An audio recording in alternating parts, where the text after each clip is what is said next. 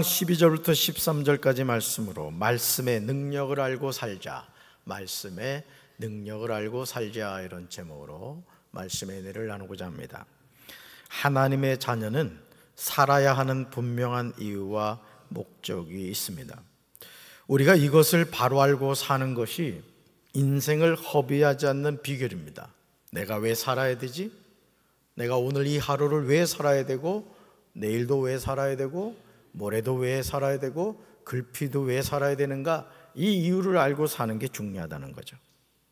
하나님을 부인하는 세상에서 사는 사람들 대부분은 자아실현을 하는 것을 최고로 봅니다. 인생의 최고 목표는 자아실현하는 거야, 성공하는 거야, 그런 목표를 가지고 살아가죠. 그러나 하나님의 자녀는 자아실현을 인생의 목적으로 삼지 않습니다. 이사야 43장 21절은 하나님이 사람을 지으신 이유와 목적을 정확하게 증언합니다. 왜 하나님이 사람을 지으셨는가? 말씀같이 읽습니다. 이 백성은 내가 나를 위하여 지었나니 나를 찬송하게 하려 함이니라. 아멘. 사랑하는 성도 여러분, 나란 존재가 세상에 있게 된 이유는 하나님이 나를 지으셨기 때문인 줄로 믿습니다. 엄마 아빠가 불장난해서 태어난 게 아니라 하나님이 태초부터 계획하셔서 나란 존재가 이 세상에 태어나게 된 거예요. 할렐루야.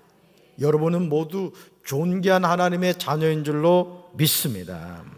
물론 우리 몸은 흙으로 빚어졌음을 알고 있습니다. 우리가 착각하지 말아야 하는 인생의 중요한 사실은 이 백성은 내가 나를 위하여 지었다는 하나님의 말씀입니다. 자, 누가 누구를 위해서? 하나님이 하나님 자신을 위해서 지으셨다는 거예요.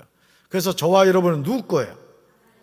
영심이 거가 아니라 하나님의 거란 말이에요. 하나님 거. 할렐루야. 나에 관한 우선권은 하나님께 있습니다. 그렇다면 하나님이 나를 지으신 이유가 무엇일까요? 살아계신 하나님은 이 질문에 관하여 지체하지 않고 정확하게 말씀하십니다. 같이 읽습니다. 나를 찬송하게 하려 함이니라. 아멘. 우린 이 대답을 명심해야 돼요. 오늘 천사의 생 찬양단이 찬양 콘서트로 하나님께 영광 돌립니다만은 이거는 1년에 한 번 행사가 아니란 말이에요. 일상 우리가 하나님을 찬양하며 사는 것이 우리가 이 세상에 존재하는 이유라는 것이죠. 신앙생활을 잘한다는 것은 하나님의 말씀을 바로 알고 바로 믿고 바로 살아가는 것입니다. 요즘 사이비 이단들이 거짓 복음을 전하면서 기성교회 성도들을 미혹하고 있습니다. 신천지나 하나님의 교회 같은 경우는 무신론자를 전도하지 않아요. 예수 잘 믿는 성도에게 교묘하게 접근하여 믿는 자들을 미혹하여 끌어가고 있습니다. 그러므로 이제 우리는 하나님의 말씀을 바로 깨달아야 할 줄로 믿습니다. 원수 마귀의 미혹에 빠지지 않기 위해서 주야로 하나님의 말씀을 읽고 묵상하는 삶을 살아야 됩니다. 인터넷이나 유튜브로 잘못된 영상을 보는 일이 없도록 해야 합니다. 히브리서 4장 12절은 하나님의 말씀이 살아있다고 분명하게 선언합니다. 따라합시다. 하나님의 말씀이 살아있습니다. 말씀같이 읽습니다. 하나님의 말씀은 살아있고 힘이 있어서 어떤 양날칼보다도 더 날카롭습니다. 그래서 사람 속을 꿰뚫어 홍가영을 갈라내고 관절과 골수를 갈라놓기까지 하며 마음에 품은 생각과 의도를 밝혀냅니다. 아멘. 히브리서 기자가 이야기하는 하나님의 말씀에 관하여 우리는 주목해서 봐야 됩니다. 하나님의 말씀이 무엇이고 어떤 능력이 있는가를 숙지해야 합니다. 하나님의 말씀이 어떤 능력이 있는가?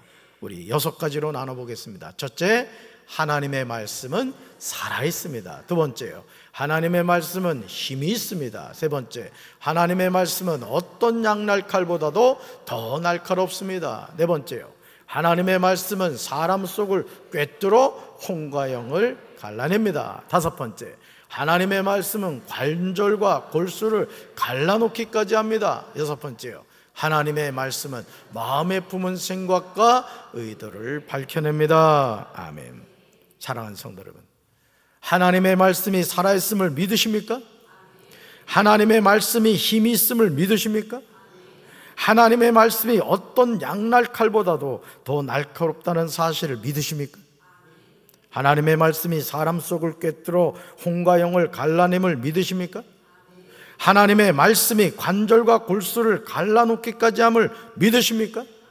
하나님의 말씀이 마음에 품은 생각과 의도를 밝혀냄을 믿으십니까?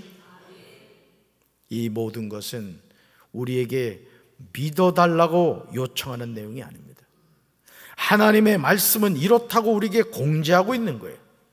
우리는 하나님의 말씀에 이런 능력이 있음을 알고 아멘으로 받아들여야 될 줄로 믿습니다. 하나님의 말씀은 이런 힘이 있고 능력이 있구나. 내가 그 말씀을 믿고 살아야 되겠구나. 그 말씀을 입으로 선포하며 살아야 되겠구나. 할렐루야. 왜냐하면 로마서 10장 17절에서 사도 바울은 우리에게 믿음이 어떻게 주어지는지를 알려주기 때문에 그래요. 말씀 같이 읽습니다. 그러므로 믿음은 들음에서 나며 들음은 그리스도의 말씀으로 말미암았느니라. 아멘. 믿음은 하늘에서 뚝 떨어지는 것이 아니라는 거예요. 강단에서 선포되는 하나님의 말씀을 들을 때, 그리스도의 말씀을 들을 때 믿음이 생기는 거란 거예요. 누가 주시는 걸까요? 하나님이 주시는 거예요. 할렐루야. 따릅시다. 믿음은 들음에서 납니다.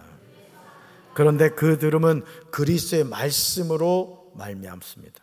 다시 말해서 우리가 하나님의 말씀이 무엇인가를 바로 알고 그 말씀을 믿을 때 하나님은 우리에게 믿음을 주시는 겁니다. 저는 우리 사랑하는 성도 여러분들에게 하나님이 주시는 이 믿음이 함께하기를 주님의 이름으로 축원합니다. 하나님의 말씀을 통하여 우리가 깨닫게 되는 중요한 사실이 있어요. 히브리서 4장 13절에서 전하고 있습니다. 같이 읽습니다.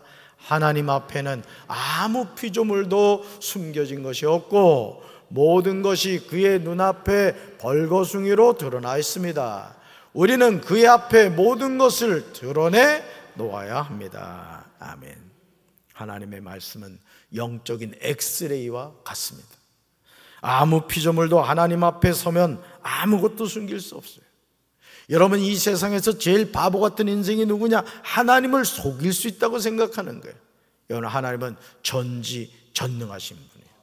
그래서 우리는 하나님 앞에 서면 우리의 죄를 회개하고 돌이켜야 될 줄로 믿습니다. 오늘 오전에도 말씀을 나눴습니다만 하나님께서 계속 하신 말씀이 뭐예요? 돌이켜 회개하라. 돌이켜 회개하라. 그리하면 살리라고 말씀하셨다고요. 모든 것이 하나님의 눈앞에 벌거숭이로 드러나게 됩니다. 우리도 하나님 앞에 자신의 모든 것을 드러내 놓아야 합니다. 이제 우리는 하나님의 말씀 앞에 겸손히 서야 합니다. 하나님이 주신 그 말씀을 붙잡고 믿음으로 승리하는 삶을 살아야 될 줄로 믿습니다. 마태복음 24장 35절, 마가복음 13장 31절, 누가복음 21장 33절에서 예수님은 동일하게 말씀하세요. 말씀 같이 읽습니다. 천지는 없어지겠으나 내 말은 없어지지 아니하리라. 한 번 더요.